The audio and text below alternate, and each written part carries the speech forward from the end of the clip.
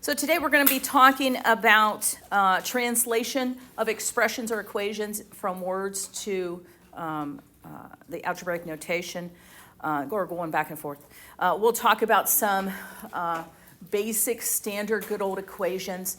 I want to make sure that you remember your rules of regular, simple equations before we jump into the more complicated ones, okay? So we're going to jump right into our first two examples. The first one, we're going to go from the verbal to the algebraic, and then from the second one, we're going to go from the algebraic to the verbal, okay? So let's take a look at example number 1a. So it says 2 more than 4 times the cube of a number. Now, if it doesn't say equals or is, it is just an expression and not an equation. We don't have an equal to in it. It says 2 more than, and 2 less than. If you see more than or less than, it usually comes after whatever's next. So what you can think about the fact is this 2 more than 4 times the cube of a number as what's really actually going to come first. So 4 times the cube of a number. I don't care if you use n and somebody else uses x or whatever the case may be. Feel free to change it up a little bit. And then 2 more than that. Now, you don't have to put the 2. You can put 2 in front, 2 plus 4n cubed. You can put 4x cubed. It doesn't matter. I like to put more than in the back so that if I get a less than, 2 less than, I have to put a minus 2 in the back. So I do tend to put more than and less than in the back. Addition is commutative, so if you put the 2 plus 4n cubed, it's okay, and I'm going to accept it. There's lots of ways that 2 people might have a correct answer, but they might look a little different. So I'm not, I'm always going to take into account how did you interpret it, okay? Now the second one says the quotient of. Anybody know what that means, the quotient of that math language? What do you think? Answer to a division question? And to answer to a division question. So that means we're going to be setting up a division. Now the quotient of means that the first thing we see will be the numerator, or the dividend it's called. And the second thing is what we're dividing by, or the divisor. Now I'm going to show you a few different ways you could have written this, okay? So the quotient of 5 less than a number, so that's a number minus 5, all over 12, totally acceptable to write it like that. So that's 5 less than a number, that's our top, and 12. Technically, you can do 5 less than a number divided by 12 like that. You can do 5 less than a number in parentheses divided by 12, okay? All 3 of those are correct. The one that is most algebraic, the one that helps us most in algebra, I would say would be that version, okay? The other ones, I would give it to you. That's a correct answer, okay? But I just want you to know, again, there are many ways to get these right, okay? Any questions about those first ones? Now, the second ones are equations. There are many ways to rewrite this, okay? 6m. What are the 6 and the m doing to each other when they're sitting next to each other like that? Multiplying. Multiplying, right? They're multiplying, okay? We can write 6 multiplied by m. That's acceptable. The most mathematical way that I see it is the product of 6 and m. Now, what do you do for the equal to? You can say equals. Great, go for it. When we're talking about a verbal expression, we don't say equals as much as we say is. But if you wrote equals and you wrote is, they're okay, okay? So is 48.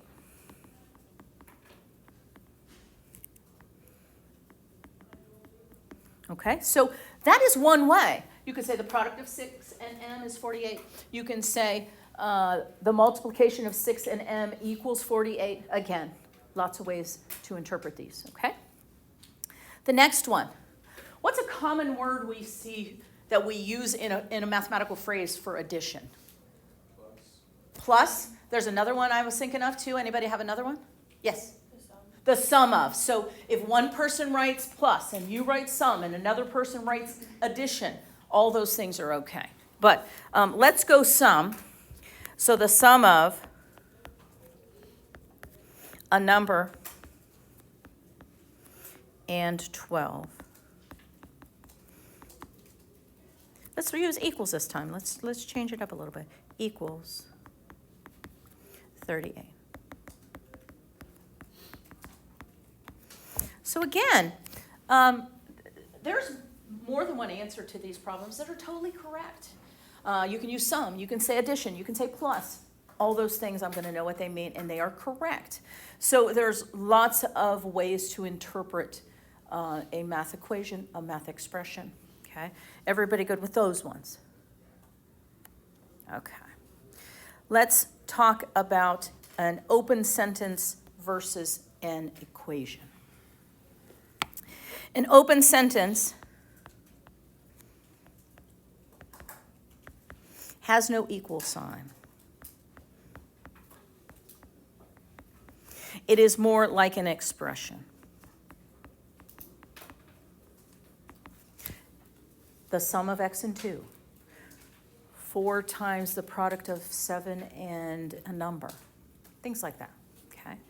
An equation must have an equal sign.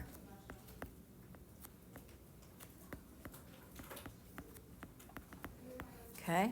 So an equation must have an equal sign.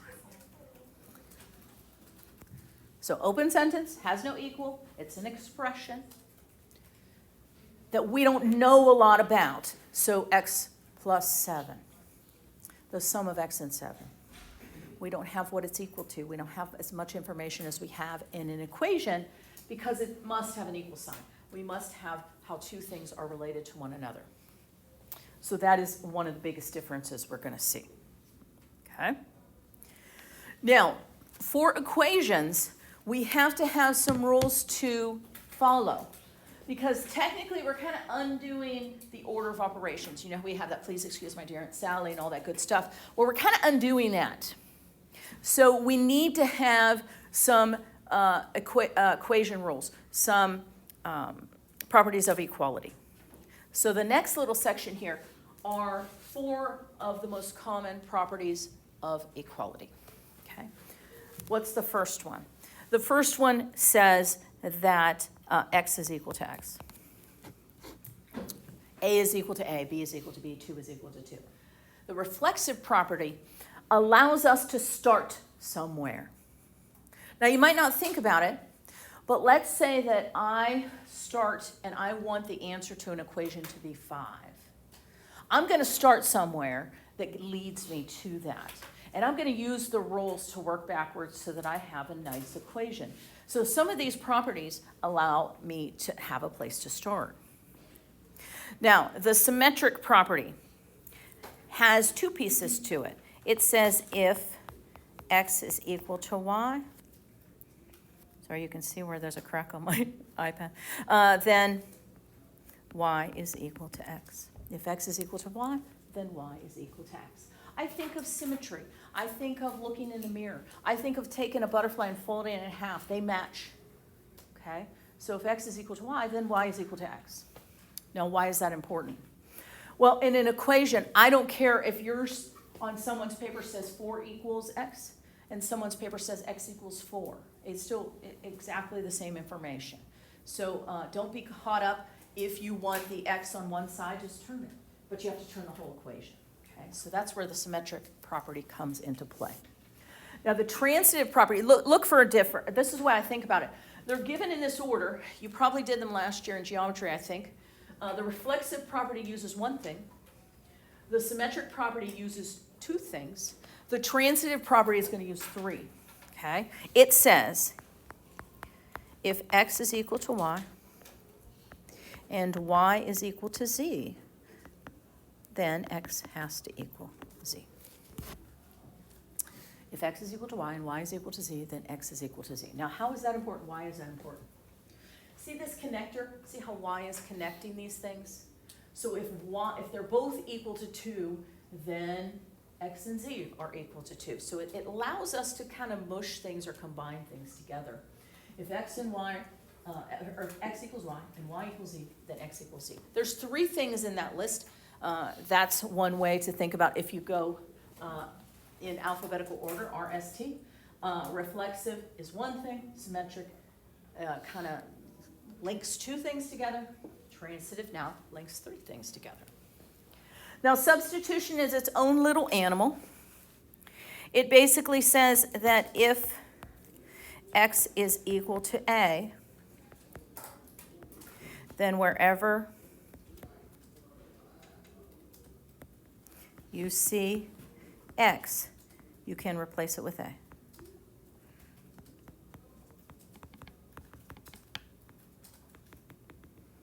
Now, we've been doing that. Let's see if I can make that look a little nice. We have been doing that when we have substituted some values into an expression.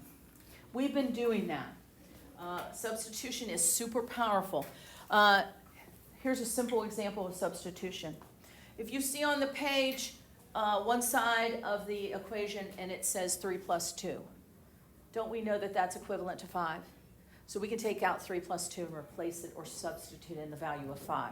Sometimes when you're solving an equation, you're using substitution many, many times and you don't know it. You know, if you see on the page 3 plus 2, you're going to replace it with 5. You know it's equal to 5, but it's really, you're allowed to do that because of substitution. So those 4 are the most powerful things we can use. Yeah, we have to use our rules of algebra, combining like terms, distribution, all those things. But you have to be able to manipulate an equation, and this gives us some more tools to do that. Okay? Okay. So example 3, we have some properties that are being used, and I want to just show you how to identify them. So the properties I'm talking about are the ones right above it: reflexive, symmetric, transitive, and substitution. So I'm going to zoom in so we can focus on we can see the 3 properties, and then we can also look at the examples. Okay, so in A, it says 3A minus 4 is equal to B, and B is equal to A plus 17. Then 3A minus 4 equals A plus 17. Now, you might not realize it, but there is 1, 2, 3 things in that if part of things. And the one that uses 3 things is our transitive property. If this equals B and this equals B, then I can relate the 2 outer 2 pieces. So you notice that the B kind of was the bridge that let these things come together. So that is an example of the transitive property. So if you see 3 things and one of the things goes away and we can connect to the outer 2, that's your transitive property. Okay. Now B is different. B, we show that we have an equation containing H. We know that H is equal to 24, and you see how we took out the H and we replaced its value with something. That is substitution. We have taken out the value we know, H, and replaced it with a numerical value. So that's an example of substitution.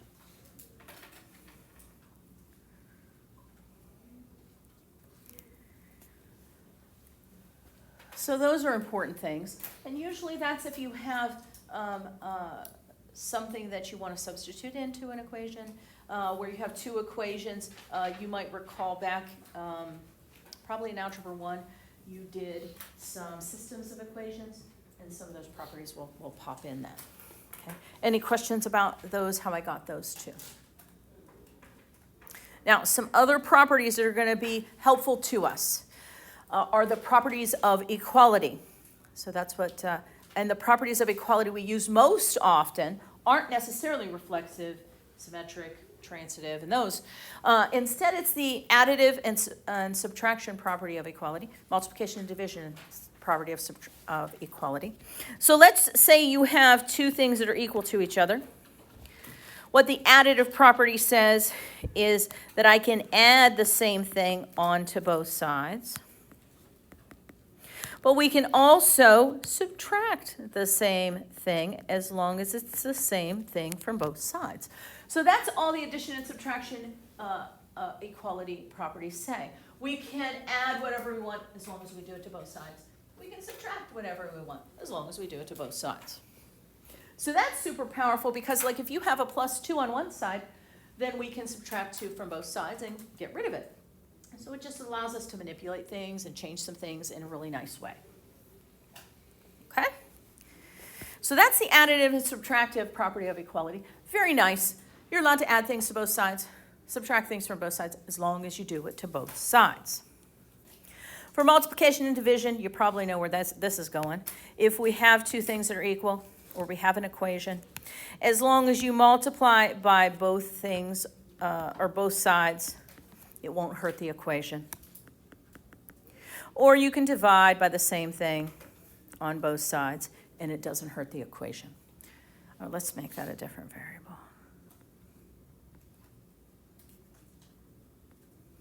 Okay? So that is all of the most common properties that we're going to see for equations.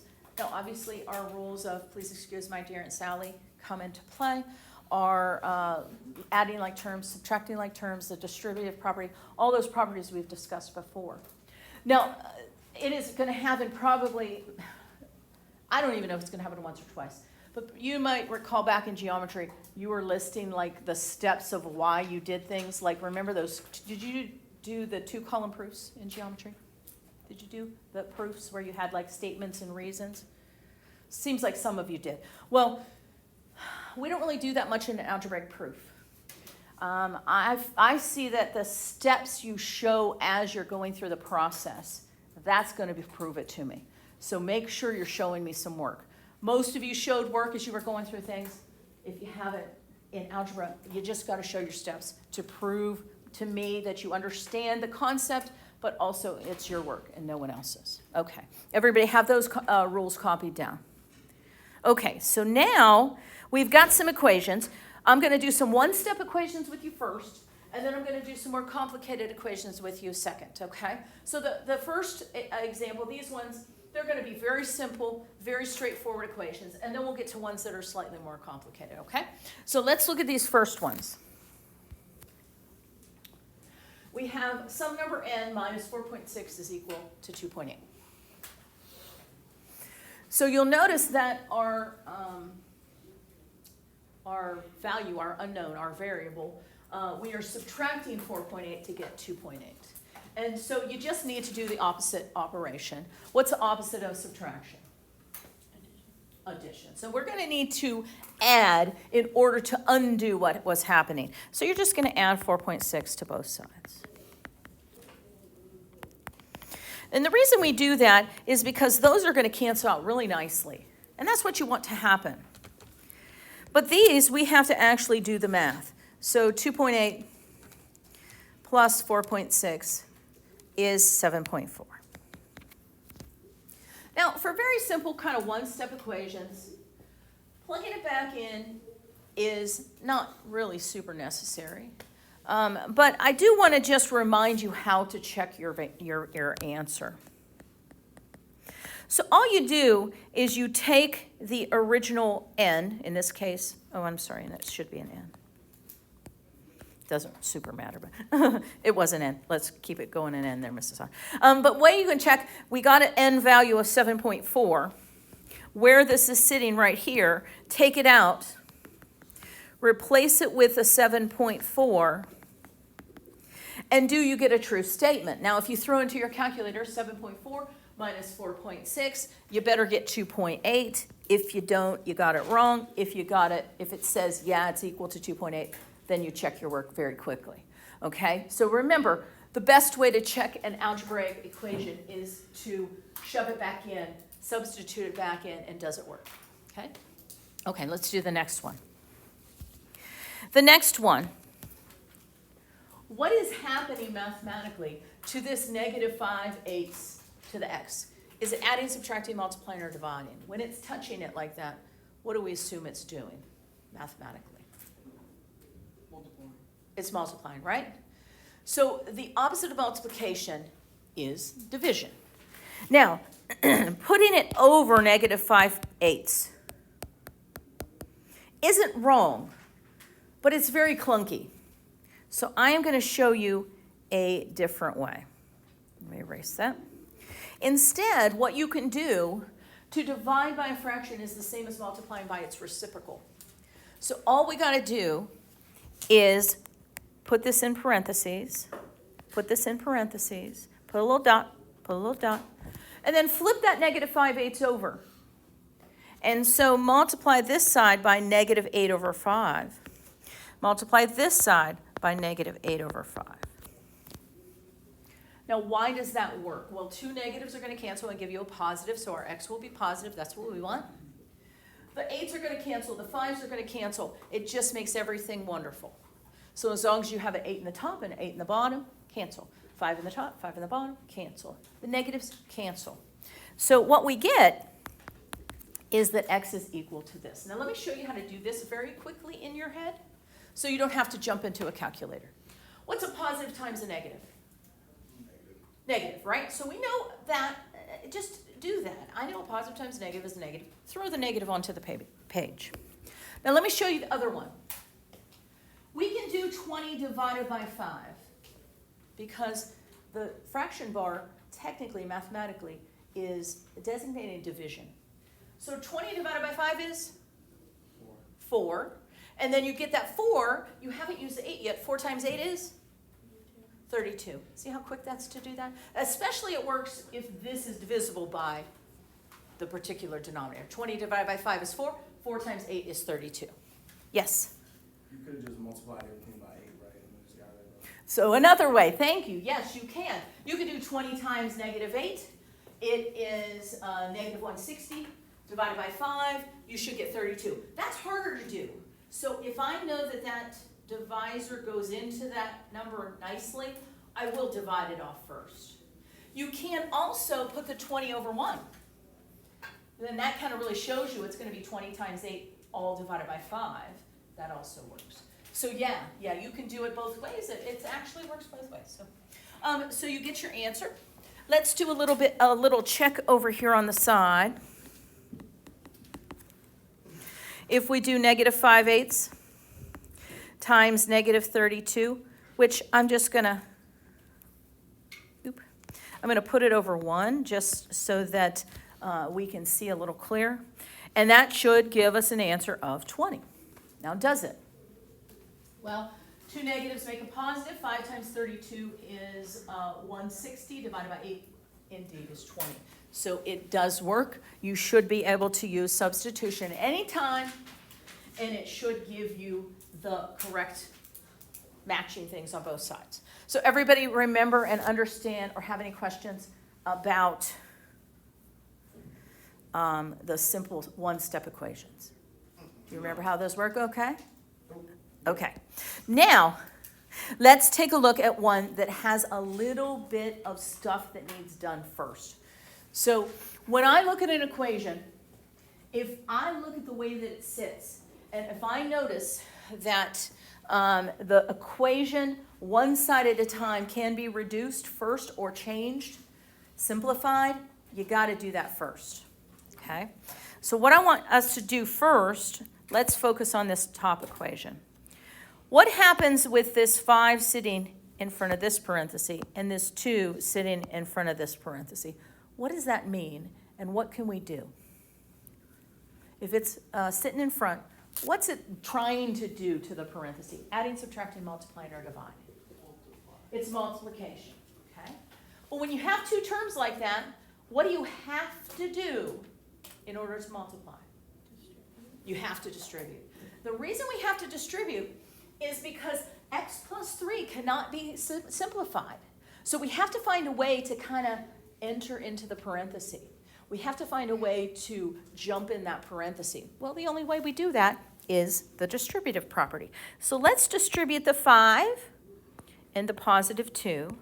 And let's see what else we can do. So we're going to get 5x plus 15 plus 2 minus 2x equals 14. Now, if you look at both sides, we still can simplify, right? So you want to get to the point where both sides, you go as far as you can go. Don't start moving things around until both sides are as simplified as much as possible. Okay. You see some like terms or some things on this left side that we can mush together?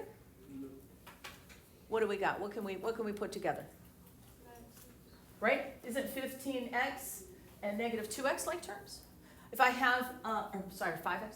5x minus 2x is 3x, right? What about these numbers here in the middle, 15 and 2? 17. Yeah, you can just mush those together because they're numbers. Now, if we look at this point, now both sides are as simplified as I can make them. Don't start moving things around and using those properties of equality until you get to this point. So once you get to the point where both sides are as simplified as much as possible, then start to try to move things around. We want the variables on one side, the non-variable stuff on the other side. Doesn't matter which side you pick, but I notice that we have a plain old thing here. This 17 needs to move over. Now we're adding 17, so the opposite of that is to subtract 17, right? So all you got to do is put your minus 17 under each and bring down your 3x. Those canceled out, which is exactly what we wanted. 14 minus 17. Now, those are different signs, so remember to subtract and keep the sign of the bigger thing. 14 from 17 is 3. The bigger thing is 17, so it's negative 3. And then, if there's anything attached to your x, you're going to divide it off or maybe use the reciprocal if it's a fraction.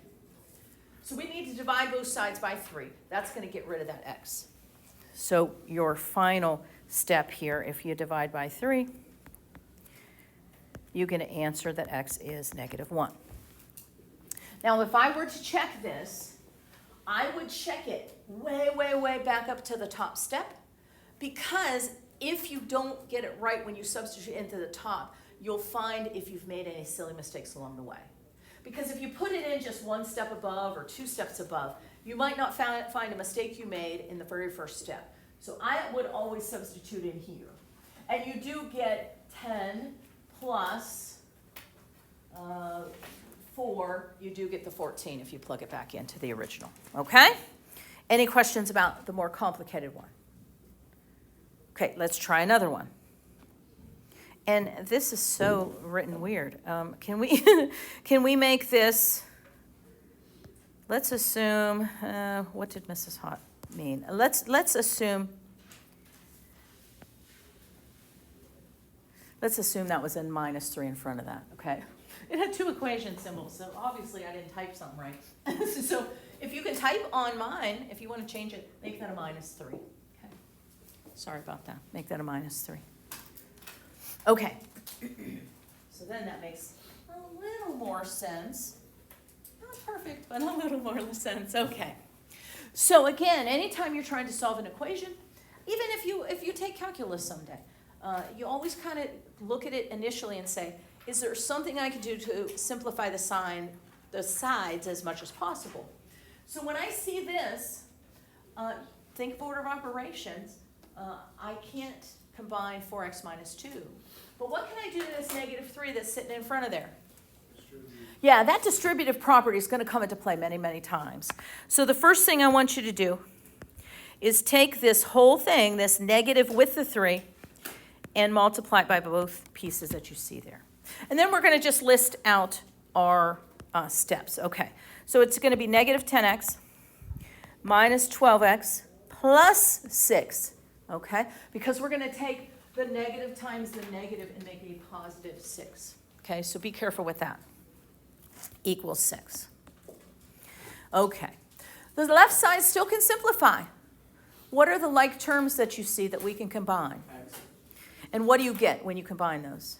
Negative 22x. You got it. And then just start now. We're simplified as much as possible. Only now do you want to start moving things around. So we would subtract 6 from both sides. we get negative 22x equals 0.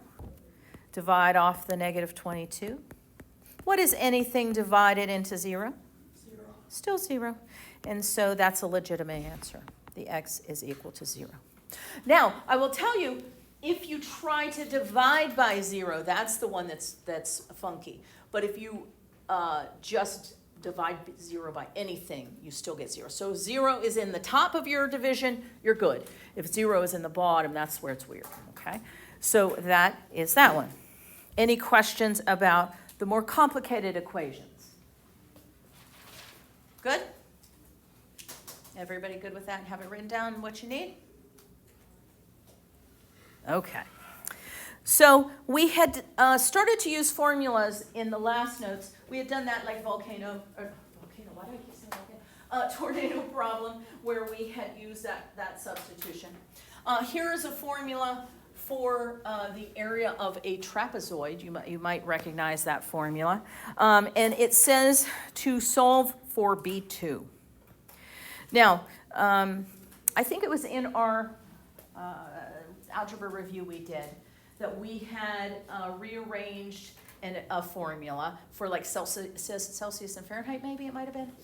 Anyway, all we're going to do is you want to treat this B2 as if it is your only variable, and if the other things were numbers, think to yourself, what would I do? And that's a really good way to approach it. So if we need to get that B2 all by itself, my first thought is let's get rid of those two things first so that we don't have to distribute and mess up the B2 that's kind of by itself. So to get rid of a 1/2, just multiply both sides by 2 over 1, or 2. So if you do that, you get 2a equals h times b1 plus b2. So all I did initially is I got rid of the 2. Got rid of the 1/2 by multiplying by 2. And the next thing I would probably do is get rid of the h.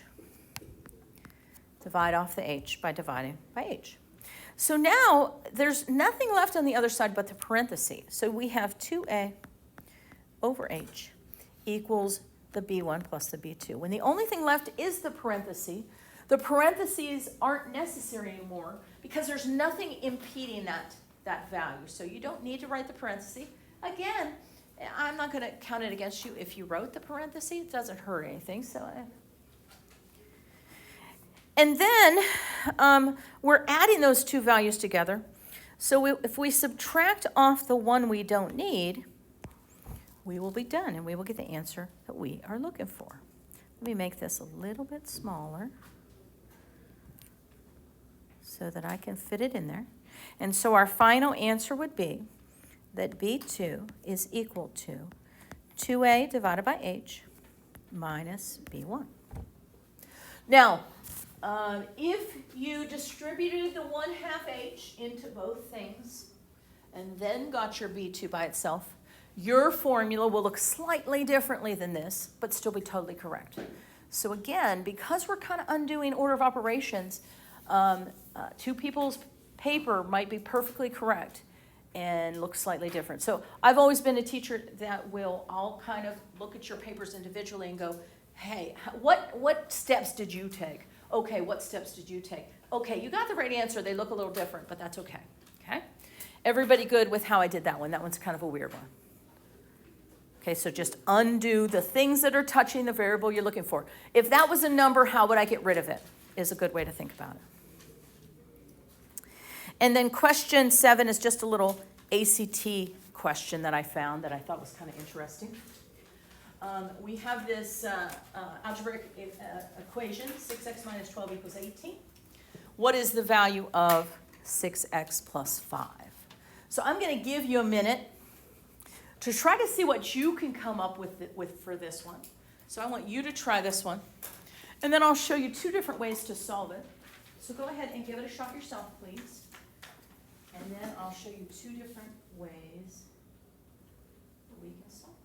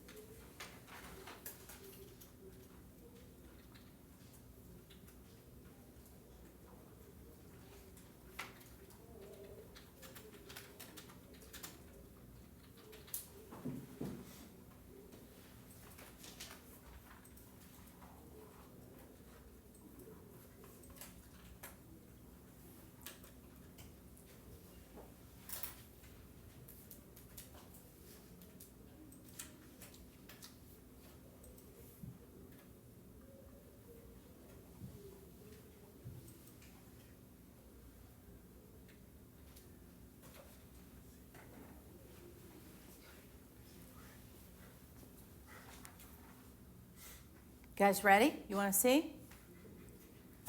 Okay. I'm going to show you two ways to do it. One way takes a little longer. You take your 6x minus 12 equals 18, treat it like an equation. What's the value of x? So I would add 12 to both sides. 6x equals 30. Divide off the 6, so x is 5. And then you just put a 5 in there. 6 times 5 plus 5 is 35. So the answer is C. Okay, so that's one way to do it. Let me show you what I did again. I solved this equation. I got x as a value of 5, stuck 5 in. 6 times 5 is 30 plus 5 is 35. So that's the way to do it. Perfectly a legit way, nothing wrong with that. One of the things you want to note on the ACT is timing. You have 60 questions and 60 minutes. Okay? Now, eventually, I think they're changing it into some digital stuff. So once I know what the digital format is, I'll tell you. But for now, it's 60 questions, 60 minutes. Okay? But what you can do is think about what they told us initially. They told us 6x minus 12 is 18. If you add 17 onto both sides, I'm so sorry. If I add 17 onto both sides, wouldn't you get that 6x plus 5 equals 35? Right? Right?